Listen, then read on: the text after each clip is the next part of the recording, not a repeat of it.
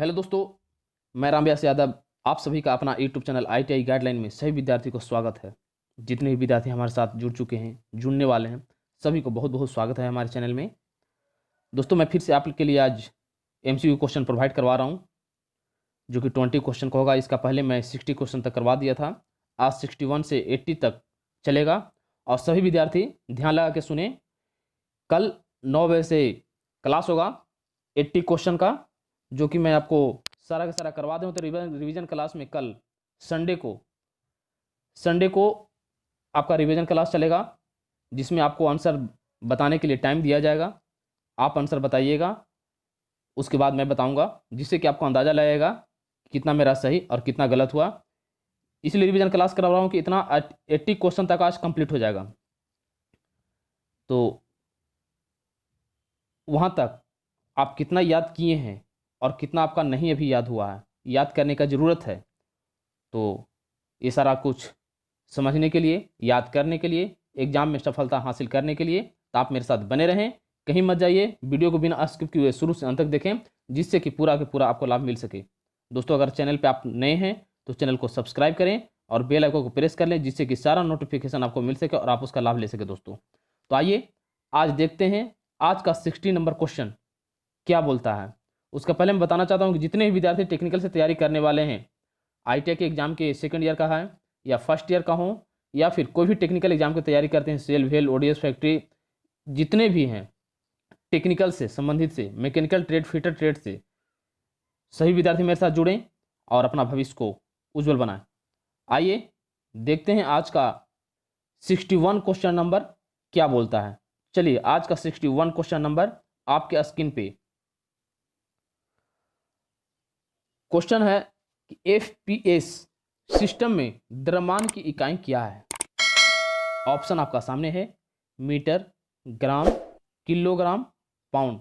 FPS का मतलब होता है फुट पाउंड सेकेंड। FPS का फुल फॉर्म होता है फुट पाउंड सेकेंड। तो FPS सिस्टम में द्रव्यमान की इकाई क्या होता है? मीटर, ग्राम, किलोग्राम, पाउंड। क्या राइट आंसर होगा दोस्तों? राइट आंसर हमारा होगा ऑप्शन नंबर डी। तीनों को जो होता है सिस्टम में द्रव्यमान की इकाई जो तीनों को होता है हमारा पाउंड होता है। Option number D correct answer, right answer दोस्तों। चलिए, इसी साथ अगला क्वेश्चन आपके स्क्रीन पे। अगला क्वेश्चन है कि बेवेल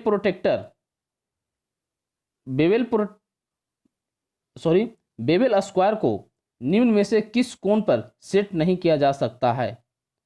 बेवेल स्क्वायर को निम्न में से किस कोण पर सेट नहीं किया जा सकता है? ऑप्शन आपका सामने है, 45 डिग्री, 90 डिग्री, 180 डिग्री, 280 डिग्री। क्या राइट आंसर होगा दोस्तों? राइट आंसर होगा कि बेवेल स्क्वायर को निम्न में से किस कोण पर सेट नहीं किया जा सकता है? तो 280 डिग्री पे सेट नहीं किया जा सकता है। Option number D correct answer, right answer दोस्तों। चलिए, इसी साथ अगला क्वेश्चन आपके स्क्रीन पे। अगला क्वेश्चन है कि बर्नियर कैलिपर्स किस धातु के बने होते हैं? ऑप्शन आपका सामने है, vanadium steel, mild steel, high carbon steel, इनमें से कोई नहीं। क्या राइट आंसर होगा दोस्तों? चलिए फटाफट राइट आंसर आप लोग बताइए, क्या राइट आंसर होगा? आप जिनको जिनको याद होगा आप फटाफट कमेंट में दे सकते हैं, जितना फास्ट हो, इसलिए कि टाइम इसमें नहीं दिया जाएगा ना, ये लगातार क्लास चलता है। क्या राइट आंसर होगा दोस्तों? राइट आंसर होगा हमारा option number A, vanadium steel का। किसका बना होता है? वेनेडियम स्टील का। बर्नियर कैलिपर्स किस धातु के बने होते हैं? वेनेडियम स्टील का। Option number A correct answer, right answer दोस्तों। चलिए, इसी साथ अगला क्वेश्चन आपके स्क्रीन पे। अगला क्वेश्चन है कि निम्न में से कौन बर्नियर कैलिपर्स नहीं है? Digital vernier calipers, vernier gear tooth calipers, vernier micrometer, इनमें से कोई नहीं। क्या राइट आंसर होगा दोस्तों? राइट आंसर हमारा होगा ऑप्शन नंबर सी, निम्न में से कौन बर्नियर कैलिपर नहीं है? तो option number C, vernier micrometer जो है कैलिपर्स नहीं है। Option number C correct answer, right answer दोस्तों वीडियो देखने के बाद अगर अच्छा लगे तो लाइक जरूर कीजिएगा। चलिए, कमेंट जरूर कीजिएगा। अगला क्वेश्चन आपके स्क्रीन पे है कि माइक्रोमीटर की अल्पतम माप कितने माइक्रोमीटर होती है? माइक्रोमीटर की अल्पतम माप कितने माइक्रोमीटर होती है? 1, 10, 100, 100, यानी इनमें से कोई नहीं। कितना है, 1 है, 10 है, 100 है। कितने होते हैं, माइक्रोमीटर का माप, माइक्रोमीटर अल्पतम माप कितने माइक्रोमीटर होती है। तो क्या राइट आंसर होगा दोस्तों, राइट आंसर हमारा होगा option number B, option number B correct answer, right answer दोस्तों 10। कितना होता है, 10 होता है। चलिए इसी साथ अगला क्वेश्चन आपके स्क्रीन पे, अगला क्वेश्चन है कि 0.01 mm कितने माइक्रोन के बराबर होता है। 100 माइक्रोन, 10 माइक्रोन, 1 माइक्रोन, इनमें से कोई नहीं। क्या होगा, 0.01 mm कितने माइक्रोन के बराबर होते हैं।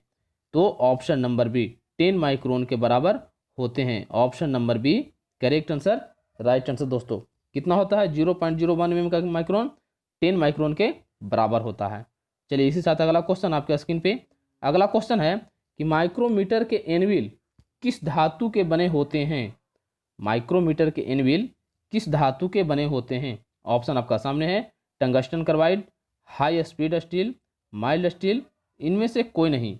क्या राइट आंसर होगा, tungsten carbide, option number A tungsten carbide का माइक्रोमीटर के एनविल बने होते हैं, option number A correct answer, right answer दोस्तों। चलिए इसी साथ अगला क्वेश्चन आपके स्क्रीन पे, अगला क्वेश्चन है कि साइन बार की लंबाई निम्न द्वारा दी जाती है। ऑप्शन आपका सामने है, साइन बार की समस्त लंबाई, रोलरों के केंद्रों के बीच की दूरी, दोनों रोलरों के बीच की दूरी, इनमें से कोई नहीं।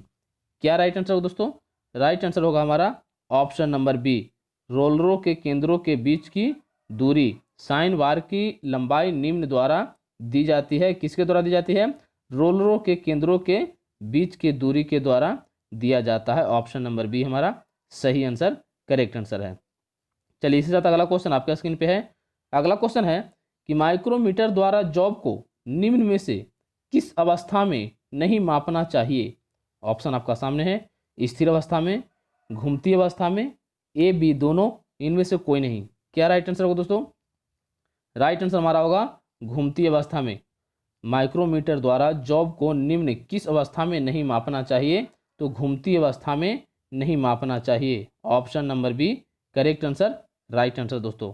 चलिए इसी साथ अगला क्वेश्चन आपके स्क्रीन पे, अगला क्वेश्चन है कि साइन बार निम्न सिद्धांत पर कार्य करता है, यानी किस सिद्धांत पे कार्य करता है। त्रिकोणमिति के सिद्धांत पे, बीजगणित के सिद्धांत पे, अंक गणित के सिद्धांत पे, इनमें से कोई नहीं। क्या राइट आंसर होगा दोस्तों, राइट आंसर हमारा होगा ऑप्शन नंबर ए, त्रिकोणमिति के सिद्धांत पर साइन बार जो है सिद्धांत पर कार्य करता है, त्रिकोणमिति के सिद्धांत पर यह साइन बार कार्य करता है, option number A correct answer, right answer दोस्तों। चलिए इसी साथ अगला क्वेश्चन आपके स्क्रीन पे, अगला क्वेश्चन है कि डायल कैलिपर्स किसकी सहायता से काम करता है। डायल कैलिपर्स किसकी सहायता से काम करता है। ऑप्शन आपका सामने है, वार्म, सेक्टर, रैक और पिनियन, ये सभी। क्या राइट आंसर होगा, राइट आंसर हमारा होगा option number C, dial calipers किसकी सहायता से काम करता है, तो रैक और पिनियन की सहायता से कार्य करता है, option number C correct answer, right answer दोस्तों। चलिए इसी साथ अगला क्वेश्चन आपके स्क्रीन पे, अगला क्वेश्चन है कि वर्नियर हाइट गेज का सिद्धांत निम्न में से किसके समान होता है। ऑप्शन आपका सामने है, vernier calipers, vernier micrometer, vernier depth gauge, इनमें से कोई नहीं। क्या राइट आंसर होगा, राइट आंसर होगा हमारा ऑप्शन नंबर सी। क्वेश्चन है कि वर्नियर हाइट गेज का सिद्धांत निम्न में से किसके समान होता है, तो वर्नियर डेप्थ गेज के समान होता है, option number C correct answer, right answer दोस्तों। चलिए इसी साथ अगला क्वेश्चन आपके स्क्रीन पे अगला क्वेश्चन है कि निम्न में से वर्नियर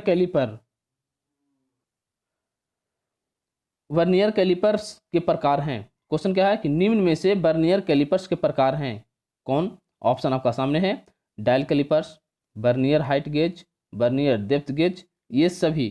क्या राइट आंसर होगा, option number D, vernier caliper के प्रकार जो हैं डायल कैलिपर भी हैं, वर्नियर हाइट गेज भी है और वर्नियर डेप्थ गेज भी है, ऑप्शन नंबर डी, ये सभी करेक्ट आंसर, राइट आंसर होगा दोस्तों। चलिए इसी साथ अगला क्वेश्चन आपके स्क्रीन पे, अगला क्वेश्चन है कि plunger type dial test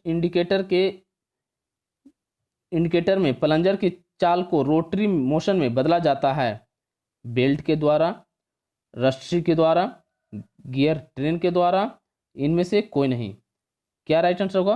right answer होगा हमारा ऑप्शन नंबर सी। क्वेश्चन क्या था कि plunger type dial test indicator में प्लंजर की चाल को रोटरी मोशन में बदला जाता है गियर के ट्रेन के द्वारा। Option number C correct answer, right answer दोस्तों। चलिए इसी साथ अगला क्वेश्चन आपके स्क्रीन पे। अगला क्वेश्चन है कि डायल टेस्ट इंडिकेटर निम्न में से किस कार्य में प्रयोग किया जाता है? डायल टेस्ट इंडिकेटर निम्न में से किस कार्य में प्रयोग किया जाता है? ऑप्शन आपका सामने है। किसी जॉब का टेपर चेक करने में, किसी जॉब की सतह की समतलता जांचने में, साइन बार में टेपर एंगल निकालने में, उपयुक्त सभी। क्या राइट आंसर होगा दोस्तों? राइट आंसर होगा हमारा ऑप्शन नंबर डी, ये सभी। यानी किसी जॉब का टेपर चेक करने में भी, किसी जॉब की सतह की समतलता जांचने में भी, और साइन बार में टेपर एंगल निकालने में भी, तीनों जो हमारा है करेक्ट आंसर, राइट आंसर है दोस्तों। चलिए इसी साथ अगला क्वेश्चन आपके स्क्रीन पे। अगला क्वेश्चन है, एक यार्ड कितने इंच के बराबर होते हैं? 36 इंच, 44 इंच, 38 इंच, 42 इंच। क्या राइट आंसर होगा दोस्तों? राइट आंसर हमारा होगा एक यार्ड बराबर 36 इंच होता है। Option number A correct answer, right answer दोस्तों। एक यार्ड बराबर कितने इंच के बराबर होता है? तो 36 इंच के बराबर होता है। चलिए इसी साथ अगला क्वेश्चन आपके स्क्रीन पे। अगला क्वेश्चन है कि वर्नियर कैलिपर का रेंज होता है कितना? 1 सेंटीमीटर से 20 सेंटीमीटर, 10 सेंटीमीटर से 20 सेंटीमीटर, 1 सेंटीमीटर से 10 सेंटीमीटर, 1 सेंटीमीटर से 15 सेंटीमीटर। क्या राइट आंसर होगा दोस्तों?